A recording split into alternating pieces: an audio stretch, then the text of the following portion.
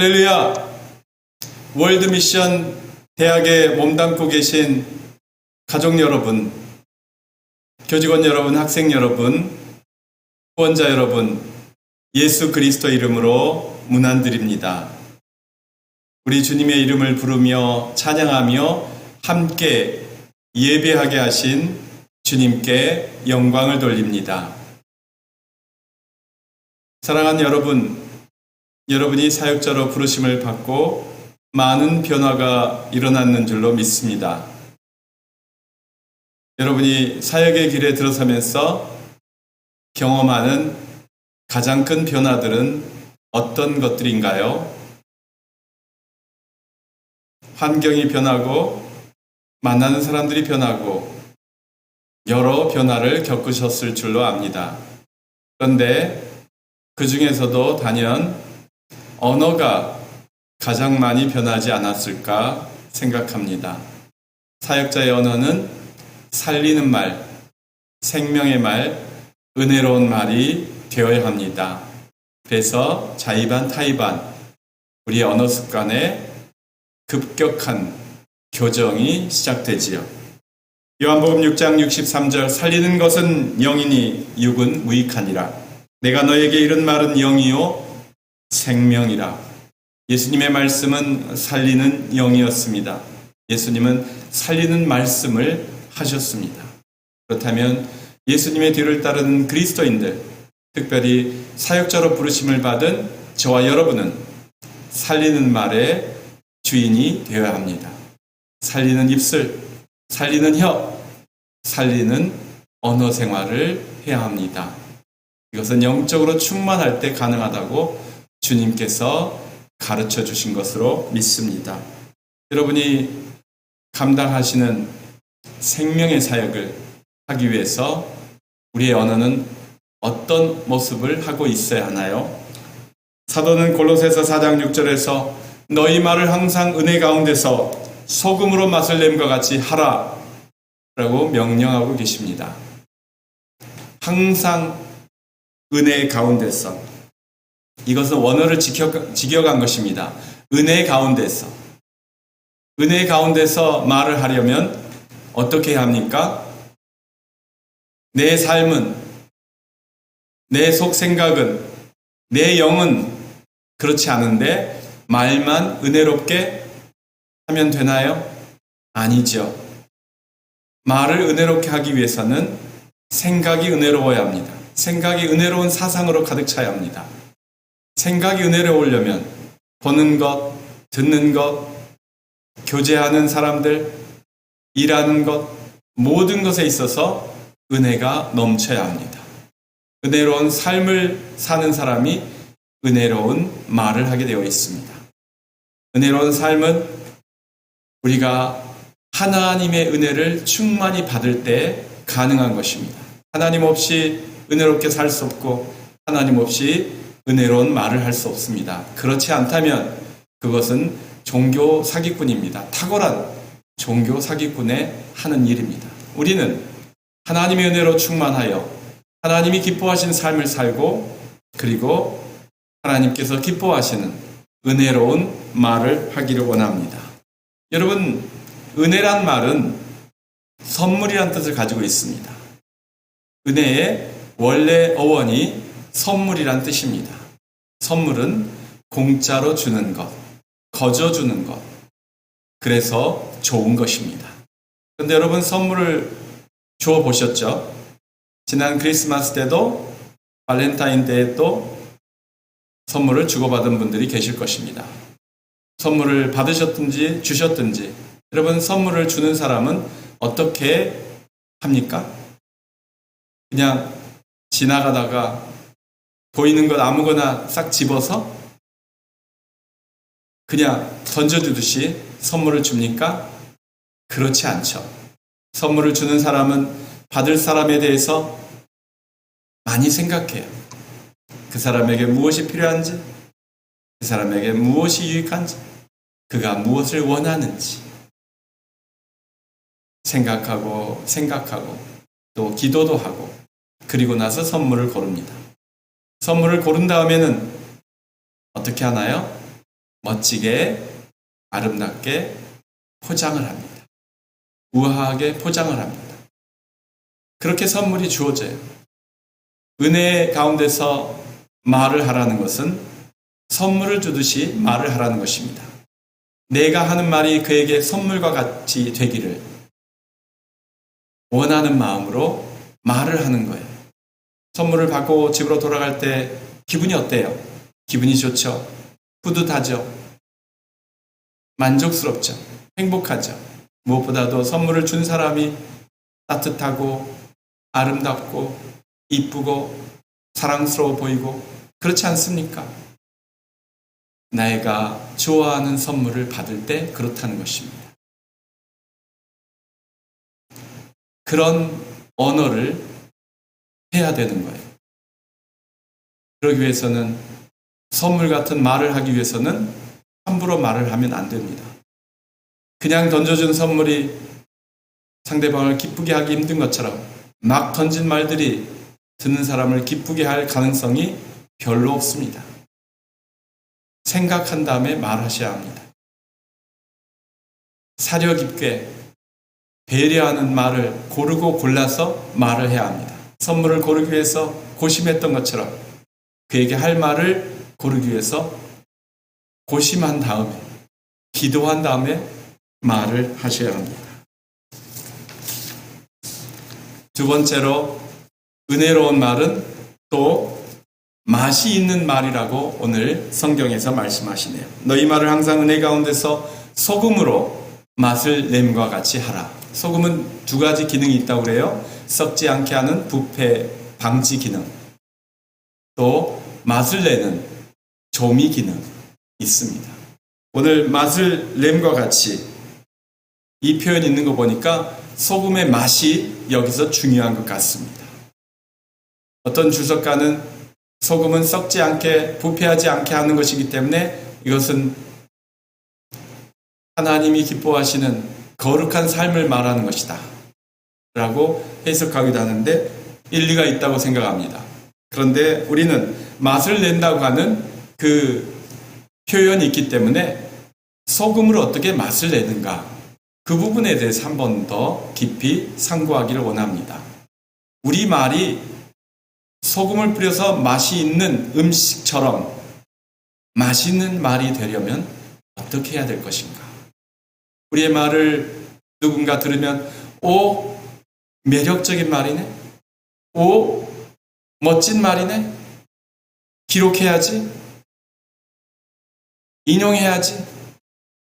암송해야지. 뭐 그 정도까지는 아니더라도 우리 말을 듣는 사람이 그 말의 매력을 느끼고 재미를 느끼고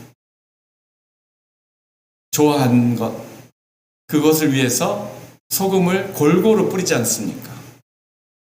소금으로 골고루 뿌려서 잘 뒤섞어서 맛있게 한 음식처럼 그렇게 말을 하라고 사도는 말씀하셨습니다. 어떻게 하면 우리 말을 그렇게 맛깔나게, 그래서 솔깃하게, 듣는 사람이 솔깃하게 말을 할 수 있을까요? 물론 사려 깊은 말, 생각한 말, 생각하고 배려하고 고려해서 고른 사려 깊은 말은 그럴 가능성이 높습니다. 그런데 저는 이 소금을 진리라고 해석해 보고 싶습니다. 소금을 진리라고 해석해 보고 싶습니다. 사람들은 왜 솔깃해 합니까? 그것이 진실이어서 그래요. 뉴스에 나오는 많은 사건들, 나쁜 사건 많아요. 더러운 이야기도 많아요. 역겨운 이야기도 많아요. 정말 공포스러운 이야기도 많아요. 그런데 사람들이 눈에 불을 켜고 그런 뉴스를 봅니까? 그것이 사실이기 때문에 그렇습니다. 사실일 가능성이 높기 때문에 그렇습니다.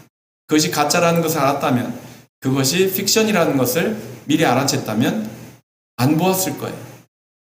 그런데 사실이기 때문에, 팩트이기 때문에 그것을 찾는 것입니다. 퍼뜨리는 것입니다. 그것에 열광하는 것입니다. 나쁜 소식임에도 불구하고. 그런데 여러분, 우리는 좋은 소식이 있어요. 기쁜 소식이 있어요. 그런데 우리의 기쁜 소식은 그렇게 맛깔나게, 솔깃하게, 들리지 않는단 말이에요. 그것을 우리가 해야 된다는 것입니다.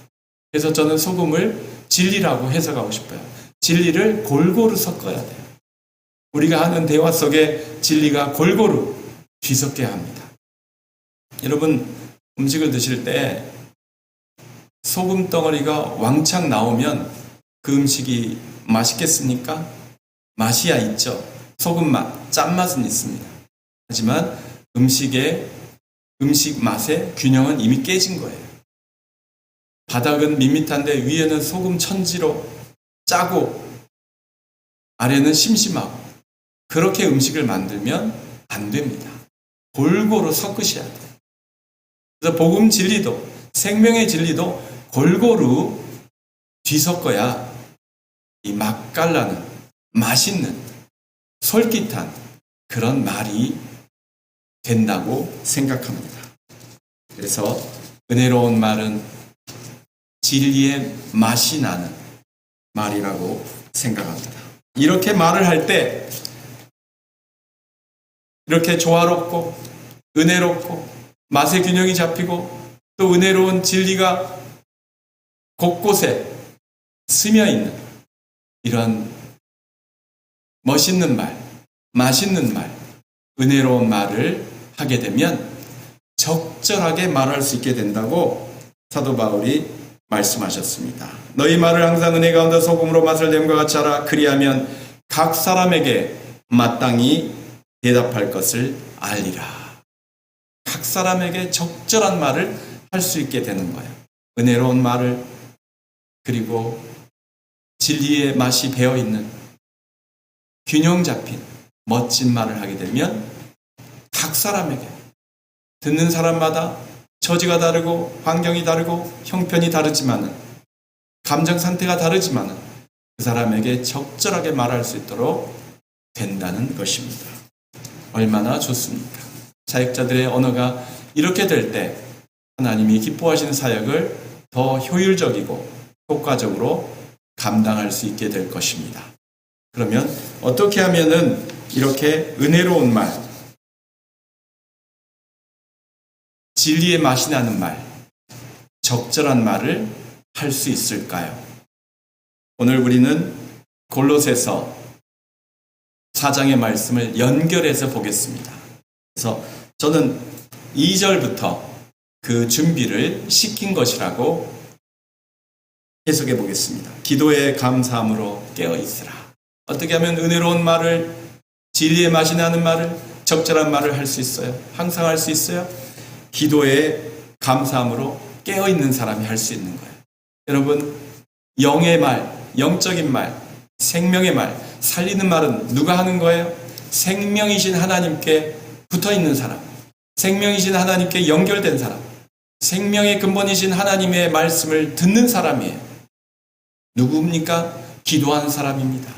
아침마다 기도하는 사람, 깨어있을 때마다 기도하는 사람, 밤마다 기도하는 사람, 사람을 만나기 전에 기도하는 사람, 사역을 시작하기 전에 기도하는 사람, 사역을 마치고 나서 기도하는 사람, 식사할 때 기도하는 사람, 당연하고요. 식사하지 않을 때도 기도하는 사람. 기도의 사람이 생명의 언어를 말할 수 있습니다. 은혜로운 말, 적절한 말, 진리의 말을 할 수 있어요. 그래서 기도에 감사함으로 깨어 있어야 돼요. 감사가 넘치는 말, 은혜로운 말 아닙니까? 그래서 우리가 기도에 열심을 내고 기도하면서 감사하면서 하나님으로부터 받은 언어, 그것은 생명의 언어예요. 저도 새벽 기도가 잘 될 때, 우리가 열심히 하고 났을 때 그 다음 주일 설교가 힘이 있습니다. 그건 어쩔 수가 없어요. 설교는 내가 만들어낸 상상의 산물이 아니라 하나님이 주신, 하나님이 집어넣어 주신 하늘의 언어가 될 때 생명력이 있어요. 우리 사역자들의 언어가 그런 언어가 돼요. 설교만이 아니라 평소의 대화가 그런 기도의 언어, 감사의 언어, 생명의 언어가 되시기를 예수님의 이름으로 축원합니다. 네, 그래서 기도를 하시는 거예요. 그런데 사도는 또 무엇을 추가하셨어요? 3절 한번 같이 읽읍시다. 또한 우리를 위하여 기도하되 하나님이 전도할 문을 우리에게 열어주사 그리스도의 비밀을 말하게 하시기를 구하라. 내가 이 일 때문에 매임을 당하였노라. 그리하면 내가 마땅히 할 말로써 이 비밀을 나타내리라. 4절까지 읽었습니다. 여러분, 기도를 부탁하십시오. 사역자는 기도를 부탁하는데 주저함이 없어야 돼요. 여러분, 사도 바울이 기도를 훨씬 많이 하는 분이에요.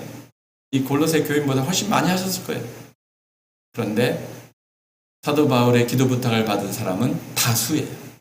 공동체예요.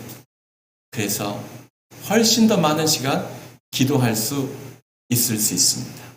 그래서 많은 사람에게 기도를 부탁하시기 바랍니다. 내가 잠들 때에도 나를 위한 기도가 끊어지지 않도록 기도를 받을 수 있다면, 중보기도를 받을 수 있다면 정말로 행복한 사람이라고 생각합니다. 정말로 행복한 사역자라고 생각합니다. 여러분, 그리고 나보다 기도 안 하는 사람에게도 기도 부탁하는 거예요. 그게 사도 바울이 지금 하신 겁니다. 모범적으로. 그래서 나를 위해서 기도해달라. 그런데 이 기도 제목이 범상치 않습니다. 뭐라고요? 하나님이 전도할 문을 우리에게 열어주시도록 기도해라. 전도할 문을 열어주도록. 그러니까 이 중보기도 제목은 나의 기도 제목이기도 한 거예요, 여러분. 전도할 문을 열어달라고 기도하셔야 돼요. 여러분, 이게 전도로 번역되어 있는데 원어로는 로고스라고 되어 있습니다. 띠라 투 로그, 로고스의 문이라고 되어 있어요. 근데 이 로고스의 문이 누구의 로고스입니까? 주님의 말씀의 문? 아니면 내가 할 말의 문? 둘 다 해석이 가능하다고 생각합니다.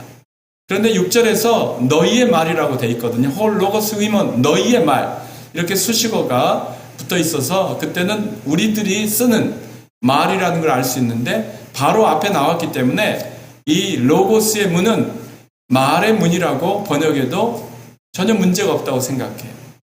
사도 바울은 무엇을 위해서 기도했어요? 내가 말문을 열도록 기도해 달라고 부탁한 거예요. 하나님이 내 말문을 열어주시도록, 하나님이 내 말의 문을 열어주시도록 기도해 주시오라고 부탁한 거예요.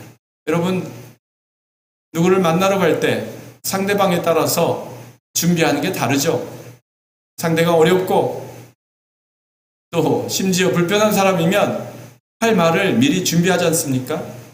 그런데 여러분, 내가 준비하는 것 이전에 주님께서 말의 문을 열어주시도록 기도하고 가시기 바랍니다.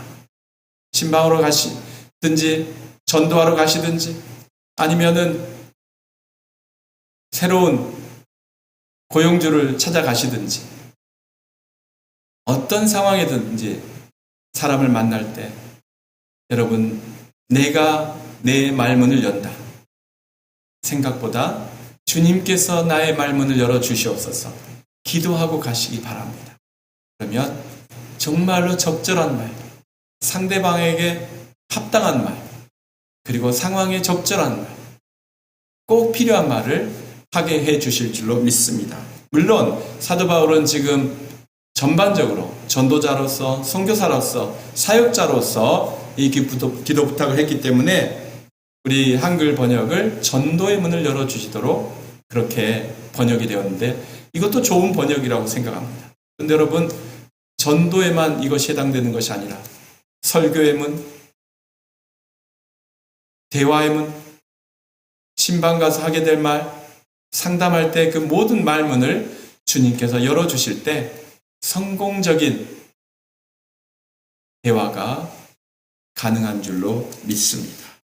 그래서 사도 바울이 말씀하셨어요. 내가 그리스도의 비밀을, 그리스도의 신비를 말할 수 있게 될 것이다. 사람이 표현할 수 없는, 사람이 깨달을 수 없는 진리를 말하려고 하는 거잖아요. 그러려면 주님께서 말의 문을 열어주셔야 한다는 것입니다.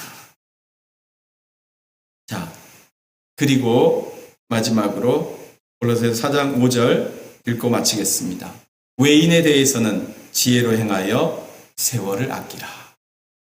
자, 은혜로운 말, 진리의 말, 적절한 말을 하는데 외부인에 대해서, 교회 밖의 사람들에게 대해서, 불신자들에 대해서는 어떻게 할 것인가? 불신자들은 말로 잘 전달이 안 될 때가 있습니다. 그래서 사도 바울은 지혜로운 실천을 강조하고 있습니다. 물론 이 본문은 세월을 아끼라는 이 언급 때문에 무수하게 많은 설교자들이 다양한 해석을 하고 있는 본문입니다. 그런데 오늘 우리는 말을 어떻게 할 것인가, 이 관점에서만 이 구절을 살펴보기로 하겠습니다. 외인에게 대해서는, 불신자에게는, 안티 기독교인에게는 어떻게 말할 것인가? 지혜가 필요한 거예요. 나에게 진리가 있고 은혜가 있고 나에게 언변이 있지만 그것이 통하지 않는 사람이 있어요. 그럴 때는 적절하게 맞추셔야 합니다. 지혜롭게 하셔야 합니다. 때로는 말하지 않는 것이 더 나을 수도 있습니다. 그저 사랑으로, 선행으로, 구제함으로 섬기는 것이 가장 설득력 있는 언어가 될 수도 있습니다. 하지만 그럼에도 불구하고 여러분, 전도는 결국 말로 하는 거예요. 사도 바울이 앞에서 말씀하신 것처럼 어떻게든지 말문을 열어야 되는 거예요. 그렇지 않으면 내가 다른 종교를 위해서 헌신한 사람인지, 아니면 지역 봉사를 해야 되니까 어쩔 수 없이 섬기는 사람인지, 구청에서 나온 직원인지 아무도 몰라요. 내가 예수님의 사람이라는 것을, 하나님의 이름으로 이 선한 일을 한다는 것을 어떻게든 알려야 합니다. 지혜롭게 하셔야 합니다.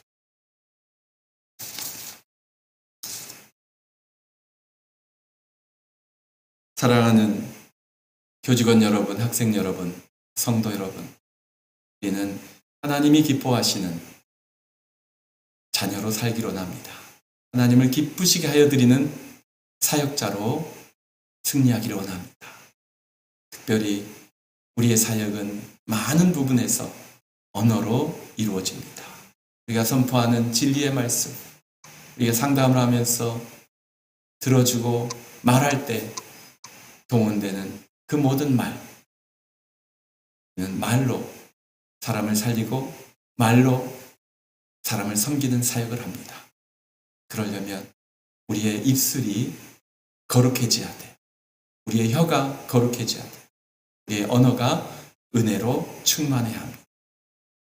어떻게 이 은혜롭고 진리로 충만한 언어를 할 수 있습니까? 하나님의 은혜로 충만하십시오. 기도하십시오. 중보 기도를 부탁하십시오.